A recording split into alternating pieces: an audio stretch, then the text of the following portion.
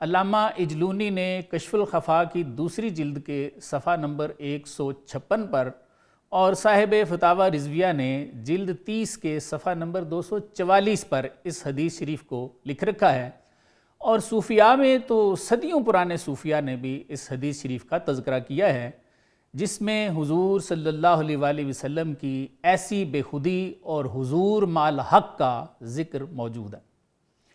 یہ حدیث اماں عائشہ رضی اللہ عنہا کی روایت ہے۔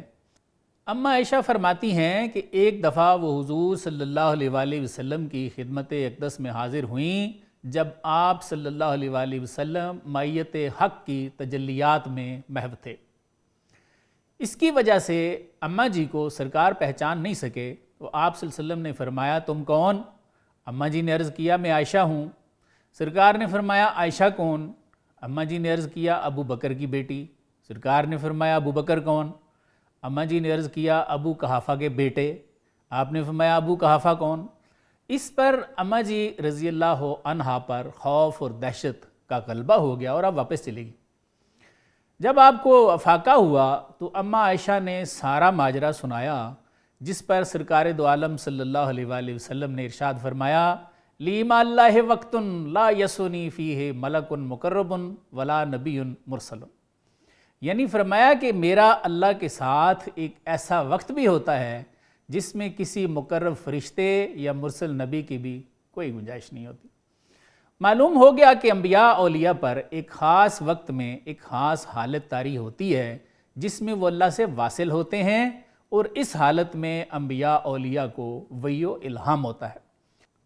اس کے آگے مولانا نے اپنے وصل کے بارے میں لکھا ہے، لیکن وہ ہم جانیں گے ایک چھوٹے سے وقفے کے بعد۔ جی ناظرین، ساتھ رہنے کا شکریہ۔ اب ہم جانیں گے کہ مولانا نے اپنے وصل کے بارے میں کیا لکھا ہے۔ مولانا فرماتے ہیں کافیہ اندیشم و دلدار من، فرماتے ہیں کہ میں مثنوی لکھ رہا ہوں اور جب اس کا کافیہ سوچتا ہوں تو میرا دلدار کہتا ہے، کیا کہتا ہے؟ گویندم، مجھے کہتا ہے میں اندیش جز دیدار من، کہ میرے دیدار کے علاوہ کچھ بھی نہ سوچ۔ یعنی مولانا ایسے عارف باللہ ہیں کہ جب وہ مثنوی شریف لکھ رہے تھے تو اکثر اس دوران حضرت پر بے خودی طاری ہو جاتی، اور اس میں اللہ ہی جانے کہ کیا راز و نیاز جو ہے وہ ان کے درمیان میں ہوتا۔ سعدی شیراز رحمۃ اللہ علیہ بھی خوب فرما گئے ہیں، میان عاشق و معشوق رمزیست، فرماتے ہیں کہ عاشق اور معشوق کے درمیان ایک ایسا راز ہوتا ہے کرامن کاتبین را ہم خبر نیست، فرماتے ہیں جس کی خبر کرامن کاتبین کو بھی کوئی نہیں ہوتی۔ یہاں پہ یہ بات قابل توجہ ہے کہ مولانا نے مثنوی شریف ایسی حالتوں میں لکھی ہے، ایسی کیفیتوں میں لکھا گیا کلام، مالک ہی جانتے ہیں کس کس بارگاہ میں کتنا محبوب ہے۔ اس پر مولانا ویسے فرما گئے ہیں کہ میں نے خواب میں مثنوی شریف حضور صلی اللہ علیہ وآلہ وسلم کے دست مبارک میں دیکھی ہے، آپ اس کا مطالعہ فرما رہے تھے اور خوشی سے مسکرا بھی رہے تھے۔ آگے چلتے ہیں، محبوب کافیہ نہیں سوچنے دے رہے بھائی۔ مولانا لکھتے ہیں کہ مجھے الہام ہوتا ہے خوش نشیں اے کافیہ اندیش من، کہ اے میرے کافیہ سوچنے والے مزے سے بیٹھا رہے، کافیہ اے دولت توئی در پیش من، میرے نزدیک خوش نصیبی کا کافیہ تو ہی ہے۔ کافیہ کا معنی ہے پیچھے چلنے والا، یعنی تو خوش نصیبی کے پیچھے پیچھے آنے والا ہے، میں خوش ہوں تیرے سے، بس میرے خیال میں بیٹھا رہے تصور جانا کیے ہوئے۔ آگے پھر روح خطاب کرتی ہے، حرف چے بود تا تو اندیشی ازاں، کہ ان حروف کی کیا حیثیت ہے بھی جن کے بارے میں آپ سوچتے رہتے ہو۔ صوت چے بود خارے دی وارے رضاں، پھر کیا آواز آتی ہے روح کی کہ یہ تو بس باڑ کے کانٹوں کی طرح ہیں، یعنی جیسے انگور کے گرد کانٹوں والی باڑ لگائی جاتی ہے اور وہ انگور سے واصل نہیں ہوتی، ایسے ہی یہ الفاظ اور آواز بے خودی کی شراب کا حجاب ہیں، اصل چیز تو میرا وصل ہے۔ آگے مولانا فرماتے ہیں کہ کبھی ایسا بھی الہام آتا ہے، حرف و صوت و گفترا برہم زنم، کہ اب میں حرف، آواز اور گفتگو کو مٹانے لگا ہوں تاکہ بے ای سے بات و دم زنم، تاکہ میں ان تینوں کے بغیر تم سے کلام کروں۔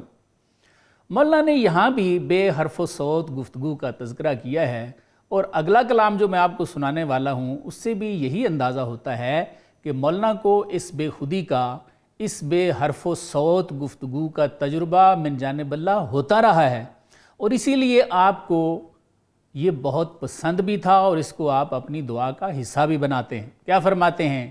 خدایا بے نما جاں را آ مقام، کہ اے مالک میری جان کو وہ مقام دکھا دے کہ اندرو بے حرف می روید کلام، کہ جس میں بغیر حروف کے کلام جاری ہوتا ہے۔ 20ویں صدی کے معروف صوفی سیدنا احمد میاں قدس اللہ سرہ اپنی کتاب کلام عرفان میں لکھتے ہیں کہ ابتدا میں ہم نے صرف 40 دن تہجد کی نماز پڑھی، پھر ہمارا دل پڑتا تھا اور ہم سنتے رہتے تھے۔ یہ بھی بے حرف و صوت کلام کی ہی ایک مثال ہے۔ آگے مولانا کیا فرماتے ہیں کہ پھر ہمیں مزید الہام ہوتا ہے کہ آدمیں کہ از آدمش کردم نہا، کہ یہ وہ دم ہے جو میں نے آدم علیہ السلام کو بھی نہیں بتایا۔ بات و گویم اے تو اسرار جہاں، اے اسرار جہاں اب میں یہ تمہیں بتاتا ہوں۔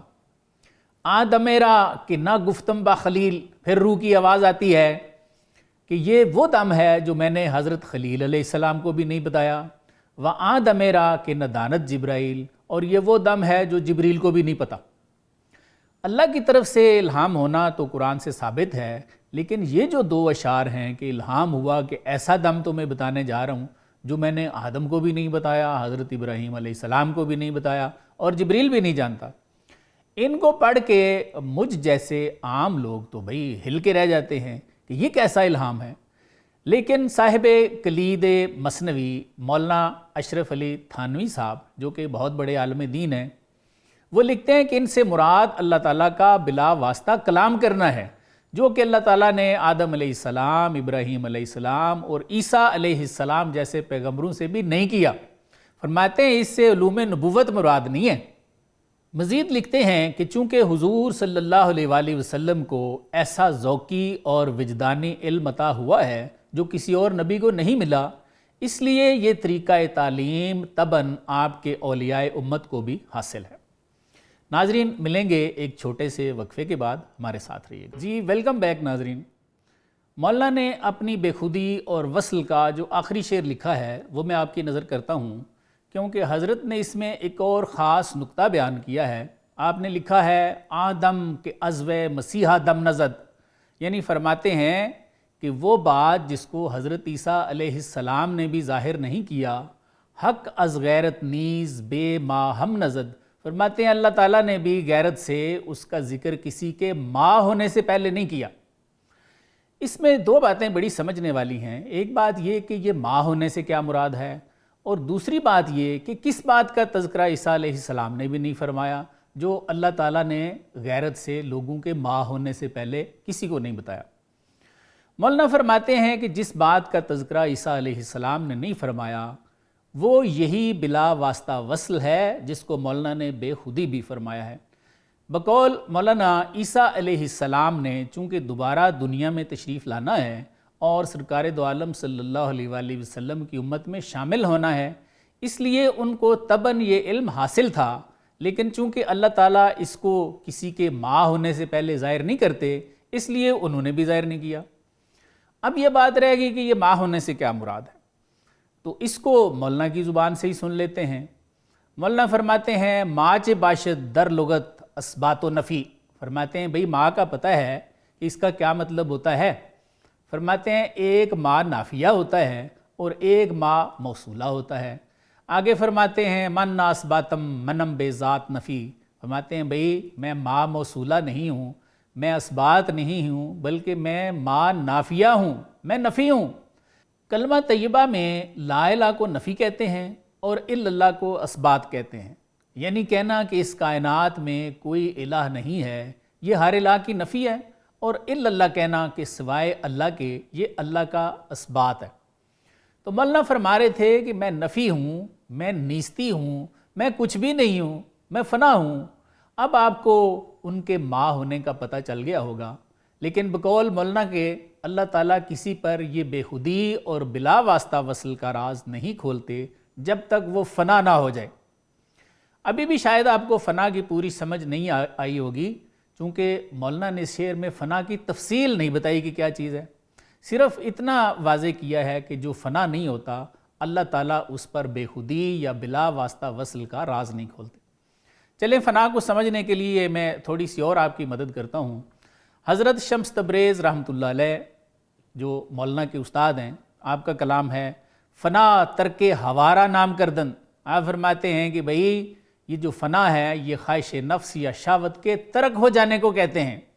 بقا جملہ صفات شرع شمردن، اور فرماتے ہیں کہ تزکیہ نفس کے بعد اگر بندے میں اللہ کی کچھ صفات ظاہر ہونا شروع ہو جائیں تو اسے بقا کہتے ہیں۔ اب آپ یقیناً فنا اور بقا سمجھ گئے ہوں گے، اور یہ بھی سمجھ گئے ہوں گے کہ اگر مولانا فرما رہے ہیں کہ میں فنا ہوں تو اس سے کیا مراد ہے، اور اگر وہ فرماتے ہیں کہ فنائیت کے بغیر اللہ تعالیٰ کسی پہ یہ راز نہیں کھولتے تو اس بات کو بھی اب آپ یقیناً سمجھ گئے۔ آگے مولانا لکھتے ہیں من کسے در ناقصی دریافتم، فرماتے ہیں کہ میں نے فنا میں ہستی پائی ہے پر کسی در ناقصی دریافتم، اس لیے اپنی ہستی کو فنا میں لپیٹ دیا ہے۔ کیوں کیا ہے یہ کام بھائی؟ فرماتے ہیں جملہ شاہاں پست پستے خیشرا، فرماتے ہیں کہ میں نے دیکھ لیا ہے کہ سب بادشاہ اس کے آگے جھکتے ہیں جو ان کے آگے جھکتا ہے۔ جملہ مستاں مست مستے خیشرا، پھر فرماتے ہیں کہ یہ بھی میں نے دیکھ لیا ہے کہ سب جو مست ہیں، جو اولیاء ہیں، وہ اپنے عاشق کے محب بھی ہوتے ہیں۔ آگے کیا فرماتے ہیں جملہ شاہاں بردہ بردہ خودن، فرماتے ہیں کہ سارے بادشاہوں کو میں نے دیکھا ہے وہ اپنے غلاموں کے غلام ہیں۔ جملہ خلقاں مردہ مردہ خیشرا، فرماتے ہیں اور سارے لوگ اس کے آگے مردہ ہیں جو ان کے آگے مردہ ہے۔ مولانا کیا نتیجہ اخذ کرتے ہیں؟ ہر کے عاشق دیدیش معشوق داں، فرماتے ہیں بھائی سمجھ جاؤ کہ جس کو تم اپنا عاشق دیکھو نا وہ معشوق ہے۔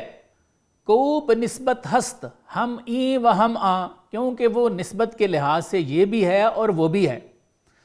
اب مولانا اپنے اصلاحی مقصد کی طرف انتقال فرماتے ہیں۔ کیا فرماتے ہیں؟ چونکہ عاشق اوست تو خاموش باش، فرماتے ہیں کہ جب اللہ خود تیرا عاشق ہے تو خاموش ہو کے بیٹھ جانا۔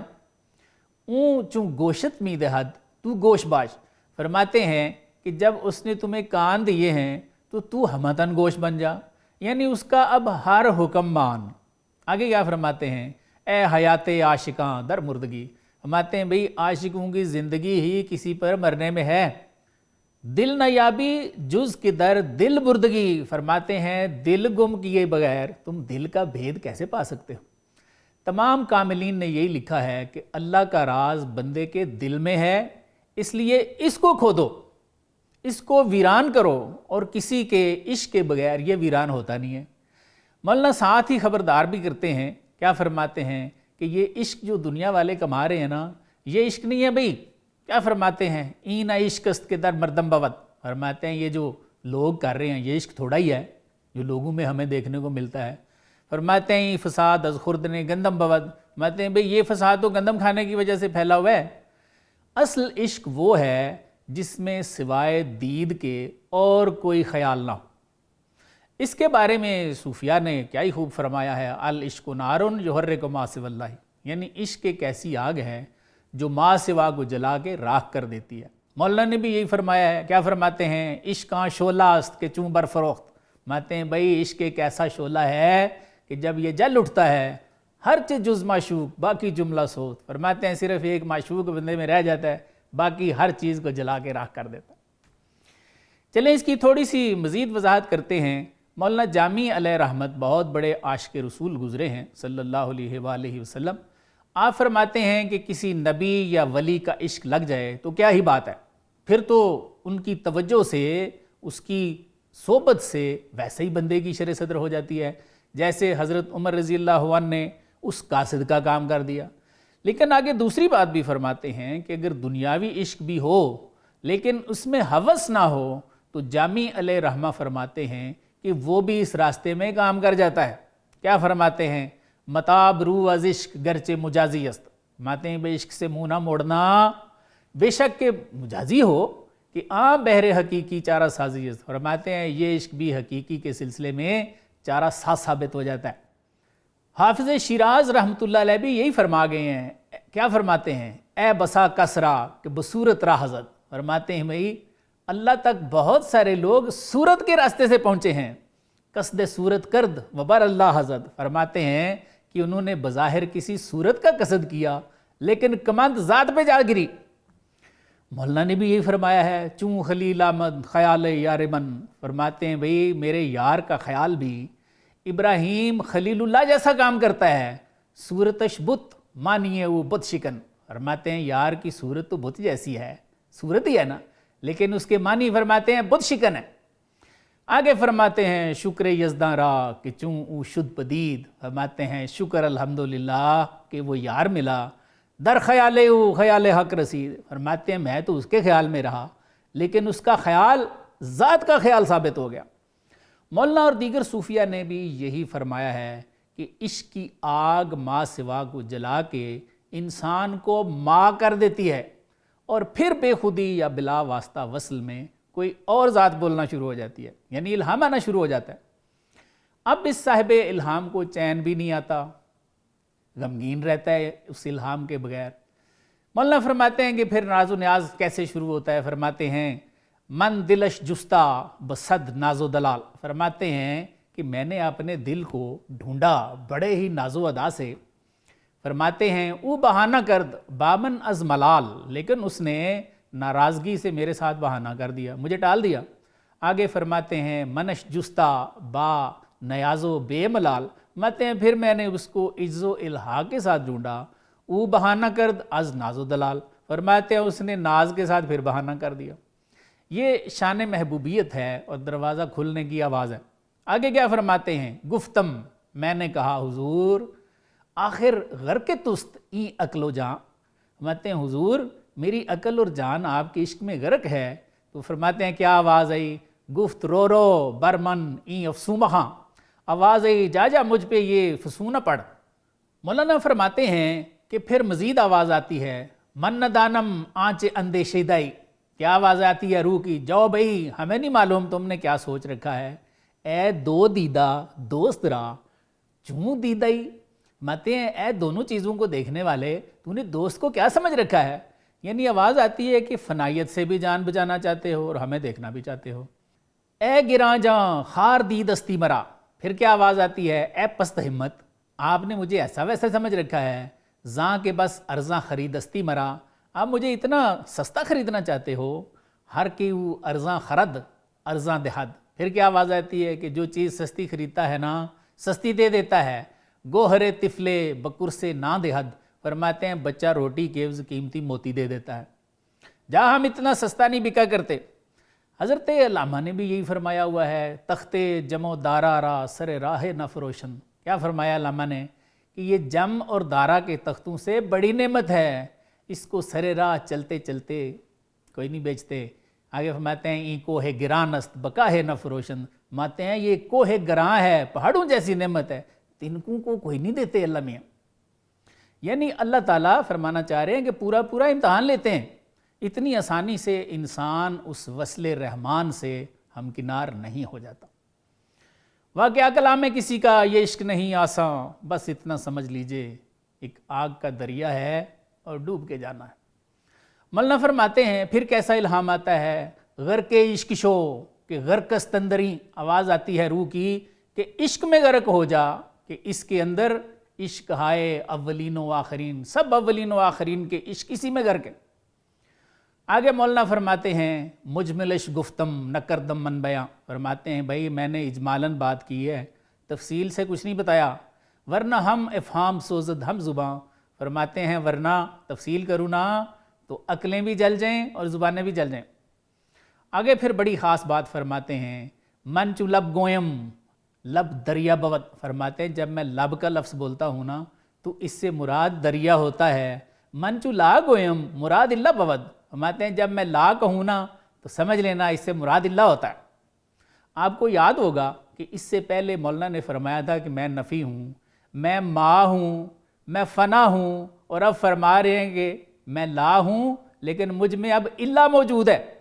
یہ وہی اپنی شرح صدر کے راز کی طرف اشارہ فرما رہے ہیں۔ مزید فرماتے ہیں من از شرینی نشینم ترشرو، فرماتے ہیں میں اپنی شیریں معرفت کے باوجود ترشرو ہو کے بیٹھتا ہوں، من از بسیاری گفتارم خاموش، اور فرماتے ہیں کہ میں اپنی کثرت مضامین کے باوجود خاموش ہو کے بیٹھتا ہوں۔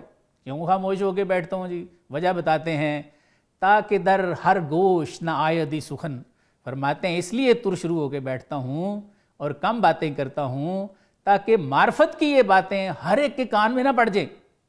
یک ہمی گویم اد صد سر لدن، فرماتے ہیں سینکڑوں لدنی رازوں سے کوئی ایک کہہ دیتا ہوں۔ مولانا وہی بات کر گئے آخر میں جو حافظ شیرازی رحمۃ اللہ علیہ نے فرمائی تھی کہ مصلحت نیست کہ از پردہ بروں افتد راز۔ کیا فرما گئے ہیں کہ بھئی مصلحت نہیں ہے کہ راز پردے سے باہر جائے، ورنہ در محفل رنداں خبر نیست کے نیست، ورنہ وہ کون سی خبر ہے جو اللہ تعالیٰ رندوں کو نہیں بتاتے۔